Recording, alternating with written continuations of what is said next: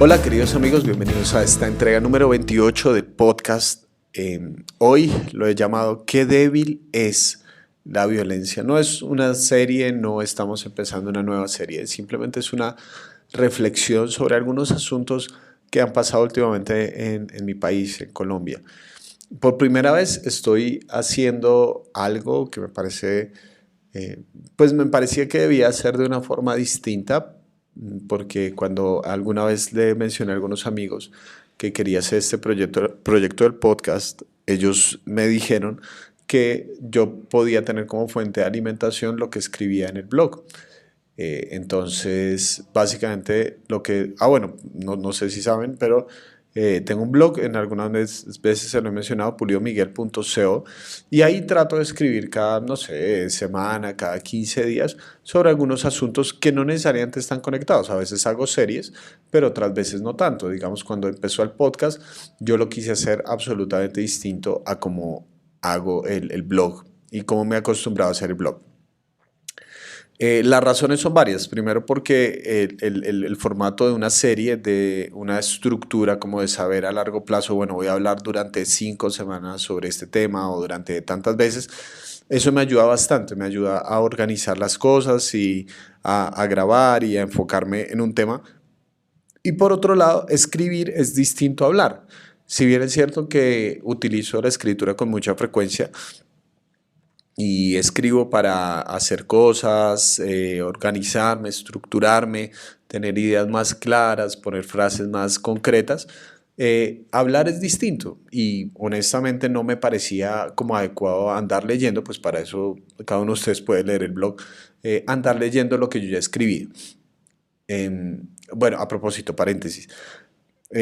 Yo ya escribí mi primer libro que se llama ¿Qué gracia tiene la gracia? Redescubriendo la verdad que lo sigue cambiando todo. Y salió el primer tiraje, salió en el 2017, 22 de septiembre del 2017. Se agotó a principios de este año, gracias a Dios, y ya sacamos una segunda edición del libro. Si no lo tienes, por favor comunícate conmigo y si deseas obtenerlo o algo así por el estilo, me escribes y cuadramos con mucho gusto para hacértelo llegar. No está en librerías, algún día les contaré un poco de esa historia de por qué no está en librerías, pero si deseas hacerlo y comprarlo y obtenerlo, entonces con mucho gusto me escribes y yo te lo puedo enviar. Si, si quieres tenerlo en formato, también está en formato Kindle, en formato digital. También puedes obtenerlo en la aplicación de Kindle. Cierro paréntesis. Entonces, les estaba diciendo que escribir es diferente a hablar. Sin embargo, la semana pasada ocurrió, sí creo que fue la semana pasada, antepasada para ser exactos, ocurrió algo muy interesante en mi país y es que las FARC, el grupo insurgente, las Fuerzas Armadas Revolucionarias de Colombia, eh, hicieron un video el cual mostraron en la madrugada de un día viernes uh, y dijeron que se iban a rearmar, encabezados por alias Iván Márquez y alias Jesús Santrich, parados frente a una cámara en medio de la selva, delante de un pendón, con algunas personas a su alrededor. No sé si el promedio de edad de esa gente bajaba, de ese grupo de personas bajaba a los 45 o 50 años. Un grupo de personas con una poesía traída de los cabellos. Este señor empezó a leer un montón de cosas para justificar que volvían a tomar las armas. El grupo de las FARC durante más de 5 décadas ha azotado a Colombia con un montón de violencia en diferentes lugares y especialmente en zonas rurales. Ha hecho mucho daño, ha capturado personas, ha asesinado personas, ha acabado con cultivos y comunidades enteras a punta de fusiles, de granadas, de bombas, de todo tipo. Son sumamente creativos para la maldad. Y como probablemente sepan, hace 2 años, 3 años, se firmó se hizo una consulta llamada un plebiscito por la paz con la idea de refrendar los diálogos que se dieron en La Habana entre el gobierno de Juan Manuel Santos y este grupo subversivo. Y bueno, pasó eso, ocurrió esto de esta manera que estas personas se volvieron a lanzar a las armas. Hay muchas cosas sobre las cuales pensar y, como digo, escribí en mi blog al respecto y por primera vez está coincidiendo este tema que escribí con lo que voy a hablar. Muchas de las cosas que voy a decir probablemente las encontrarás allá, pero yo sentía que también tenía que hablar de esto porque al hablarlo de pronto puedo reflexionar sobre otro tipo de cosas que escribiendo no lo puedo hacer. Entonces, lo titulé de la misma manera que titulé ese post en mi blog, Qué débil es la violencia.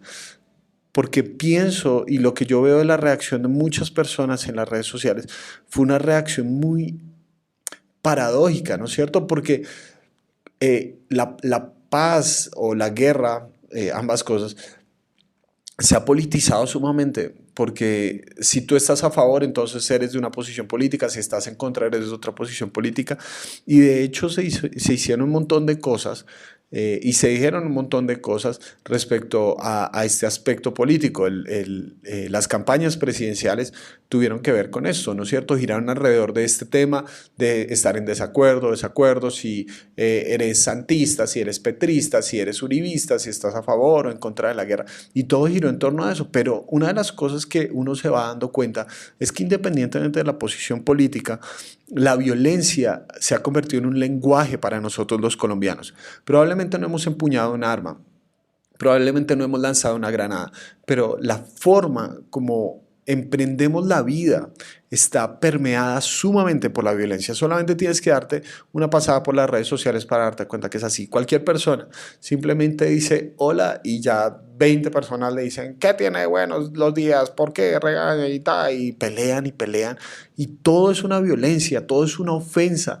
Hay gente que se siente muy valiente por estar detrás de la pantalla de un computador y lastima a las personas con la violencia. Entonces, cuando se rearma el grupo de las FARC y da este mensaje, muy interesantemente, hubo mucha gente que dijo que no le importaba, que eso se veía venir, que igual nunca se habían acabado, que la violencia estaba entre nosotros. Algunos hicieron sus videos de crítica a esta situación y muy interesantemente los amenazaron.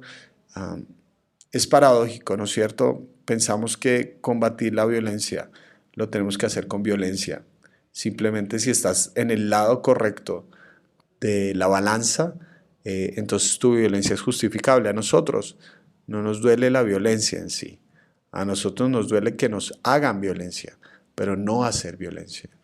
Cuando alguien nos hace daño con sus palabras, decimos que nos juzgó, que nos lastimó, decimos que esa persona es intolerante, un montón de cosas, pero no nos cuesta nada ofender al otro.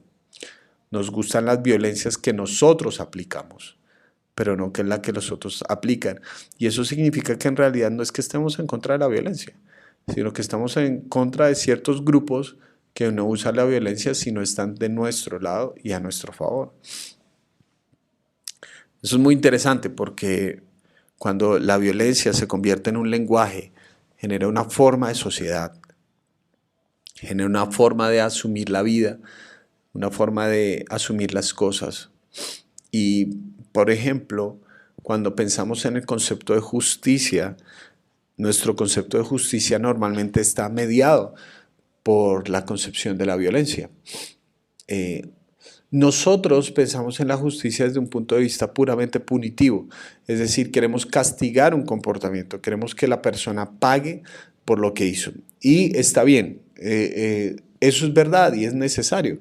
Una de las discusiones que se dio precisamente con el tema de las FARC, de la firma de los acuerdos, es que quedaban impunes, ¿no es cierto? Que nunca se les castigaba por todo el daño que hicieron. Y bueno, eso tiene tanto de largo como de ancho. No soy político ni sociólogo, entonces no puedo tener como todos los análisis en detalle. Pero mi observación de todo esto es que somos sumamente enfocados en el castigo punitivo, es decir, queremos castigar un comportamiento. Pero cuando yo veo la Biblia y veo la concepción de la justicia, vemos una justicia que es restaurativa.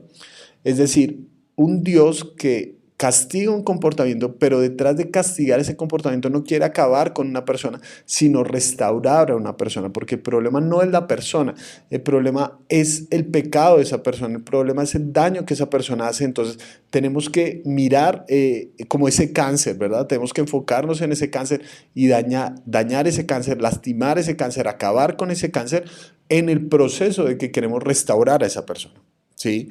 Eh, Obviamente esto involucra la voluntad de la persona, esto involucra todo lo que son sus decisiones, sus concepciones, requiere tiempo también. No se va a solucionar de un día para otro. Pero una de las preguntas que nosotros nos tenemos que hacer como cristianos es si nuestra concepción de justicia es puramente punitiva, si nuestra concepción de justicia es solamente enfocarnos en castigar una situación o si nosotros queremos acabar con una persona. Pero lo que yo veo que Dios hace, todas las concepciones que se tiene de la justicia de Dios, es una justicia restaurativa, porque la justicia de Dios es Cristo, es la persona de Jesús.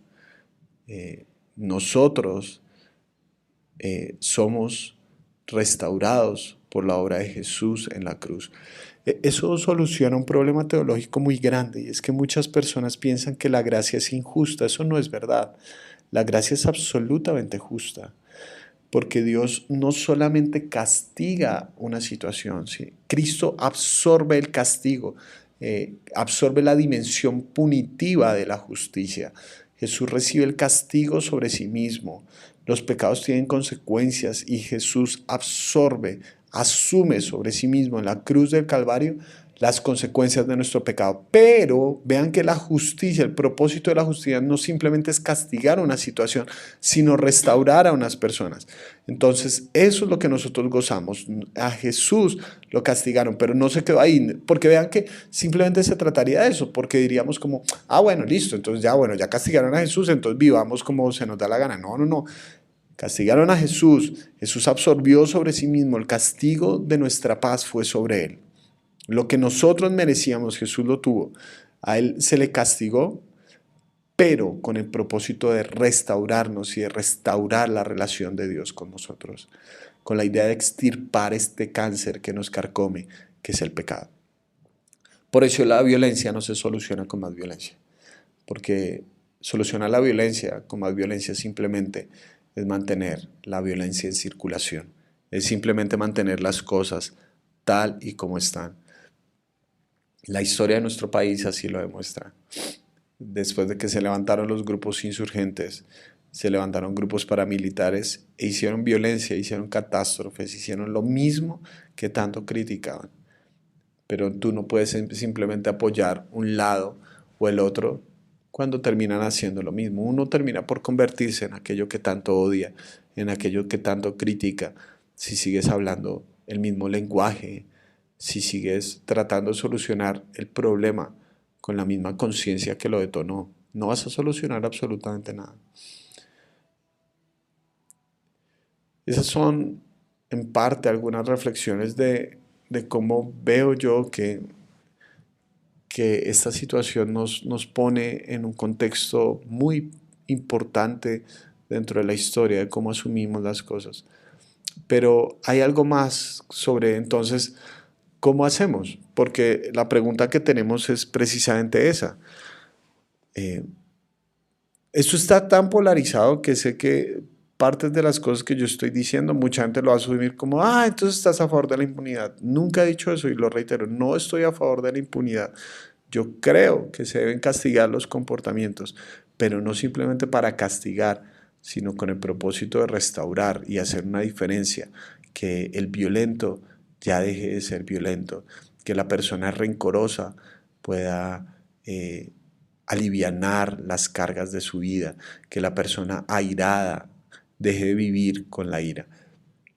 Yo creo que tenemos que cambiar esa concepción, ¿sí?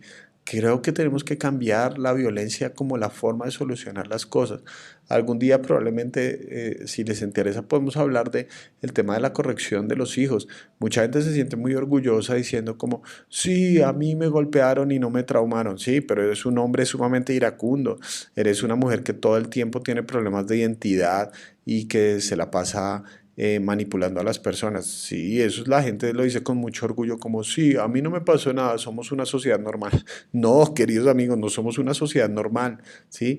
La violencia está en nuestro día a día, en nuestra cotidianidad. Entonces, no simplemente podemos decir como, ay, sí, a mí me pegaron y no tuve ningún inconveniente. La violencia como mecanismo de crianza, como mecanismo base de crianza, no es una muestra de amor. Y podemos hablar, si quieren, de los textos bíblicos, que creo que hay otras formas más inteligentes de interpretar eso de las correcciones físicas. Pero bueno, eso es otro tema para hablar. Y lo que quiero decir es, entonces, ¿estoy a favor de la impunidad? No, no estoy a favor de la impunidad. Estoy planteando que hay otra vía cómo se puede asumir esto. Jesús, la noche en que fue traicionado por Judas y abandonado finalmente por todos sus discípulos, una noche antes de morir, eh, vienen a Jesús a capturarlo, Judas encabezando una turba enardecida. Y pasa lo siguiente, dice así en Mateo capítulo 26, versículo 50, Jesús le dice a Judas, amigo, le replicó, ¿a qué vienes? Qué bonito, ¿no es cierto? Que Jesús al traidor, el adjetivo calificativo con el que Jesús se refiere a Judas es amigo. Amigo, ¿a qué vienes? Entonces los hombres se acercaron y prendieron a Jesús. En eso, uno de los que estaba con él extendió la mano, sacó la espada y hirió al siervo del sumo sacerdote cortándole la oreja. Guarda tu espada, le dijo Jesús, porque a los que a hierro matan, a hierro mueren. ¿Crees que no puedo acudir a mi Padre y al instante pondría a mi disposición más de 12 batallones de ángeles? Por el Evangelio de Juan sabemos que esta persona que sacó la espada fue Pedro, el discípulo de Jesús. Y Jesús dice, guarda la espada, Pedro. No, no mantengas la violencia en circulación. El que hierro mata, a hierro muere. Y uno podría decir, pero es que Pedro tiene la razón, están haciendo algo injusto con Jesús. Y Jesús se está negando a usar la violencia. Está diciendo, Pedro, no solucionas un problema manteniendo la misma conciencia que lo detonó. No lo vas a solucionar de esa manera, Pedro. Tienes que decir no. Y vean que Jesús hace una cosa muy interesante porque dices, ¿crees que yo no puedo acudir a mi Padre Celestial? O sea, aquí hay a mi disposición centenares de ángeles que simplemente con un chasquido de mis dedos vienen y reinician la creación, ¿sí? Simplemente con un chasquido de mis dedos vienen y acaban con esto. O sea, son poderes sobrenaturales que simplemente si Jesús dice ataquen, acaban con todo. Jesús tenía esa capacidad, ¿sí? Él es el general de los ejércitos del cielo, si se quiere decir de alguna manera. Él simplemente con una petición detona esto, ¿sí? Reinicia la creación. Acaba con estas personas que injustamente vienen. Jesús podría hacer eso, pero Jesús no acude a esa posibilidad, sino que se niega a hacerlo, porque el verdadero poder no está en utilizar la fuerza, sino teniendo la posibilidad de usarla, no utilizarla. El verdadero poder es abstenerse a usar la fuerza cuando yo podría usarla. Para eso se requiere una fuerza de voluntad extraordinaria. Para eso se requiere una fuerza sobrenatural, porque es hablar un lenguaje distinto, es hablar un idioma diferente, es demostrar que la violencia no le puede ganar a la vida, que la muerte no le puede ganar al Hijo de Dios. Es demostrar que sí, la violencia quizás ganará en la cruz, pero perderá en la resurrección. Que la violencia no tiene la última palabra, que la última palabra la tiene Jesús. Y que sí, que se burlarán, que lo ridiculizarán, que sí sufrirá lo indecible en la cruz del Calvario con esa corona de espinas y exhibido públicamente, pero, al tercer día resucitará. Jesús está hablando un lenguaje diferente y le está diciendo a su discípulo, Pedro, no mantenga la violencia en circulación, porque en última instancia La violencia es muy débil. Qué débil es la violencia, ¿no es cierto? Porque simplemente te conviertes en aquello que tanto criticas. Pero si quieres un nuevo mundo, tienes que formar un lenguaje diferente y probablemente te toque absorber la violencia sobre ti. Pero ten la esperanza de que toda muerte, por cruel que sea, toda cruz lleva a una resurrección. Yo me la juego por un cristianismo que sea así, que siga los pasos de Jesús, que no justifique la violencia de ningún tipo, sino que la enfrente no con más violencia, sino con inteligencia. Y sabiendo que puede usar la fuerza, utilice sus energías en otro enfoque, no con la idea de castigar simplemente un comportamiento, sino de restaurar a una humanidad que está clamando por algo diferente. Y creo que estamos en un momento de la historia donde podemos tomar esa decisión. Oro para que así sea en tu día a día y oro para que como iglesia podamos ser inteligentes en este momento histórico y veamos que la violencia es muy débil y que mostremos que el amor, la fuerza y el verdadero poder está en restaurar en este mundo lo que el pecado echó a perder. Espero que así sea en tu vida, en cada paso del camino. Te mando un gran abrazo.